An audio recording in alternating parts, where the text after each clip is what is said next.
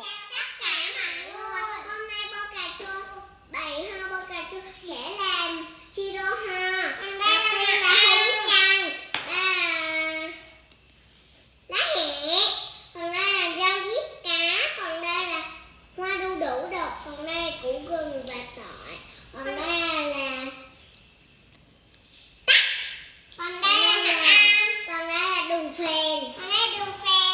Mời các bạn cùng làm với mình nào. Bắt đầu thôi. Chọn món này đổ vào đây. Mình bỏ hột cho khỏi bị đắng. Đây tác bọn mình bỏ hột cho khỏi bị đắng. Cái hạt bị đắng nó giống như chanh đúng không?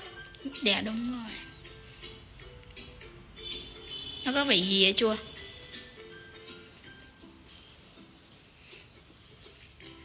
Chưa. Nguyên liệu con là chúng ta cắt nhỏ rồi bắt đầu nấu nào. Cắt vào đường phèn cho nó nấu cho nó tan ra. Vỏ tắc bỏ vào nấu luôn. Quậy hồi đi các bạn. Hơi trộn rồi chúng ta bỏ tỏi và bỏ gừng vào,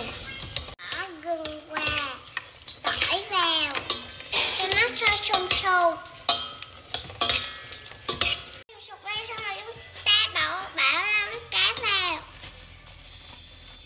nắm tay bơ, quậy lên cho nó tan.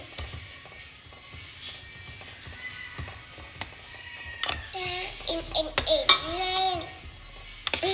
Ta quay yêu lên.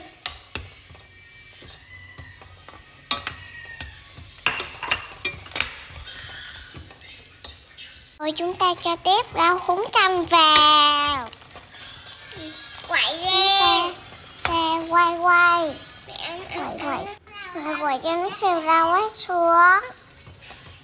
Rồi cho tiếp hoa đực vào. Tiếp nha các bạn. Nó sôi sục như thế này, đen xì như thế. Vẫn chưa được đâu các bạn. Ta cứ nấu tiếp đi. Thế nào là được rồi nha các bạn. Ta chuẩn bị lọc thôi. Ôi này mọi người ơi.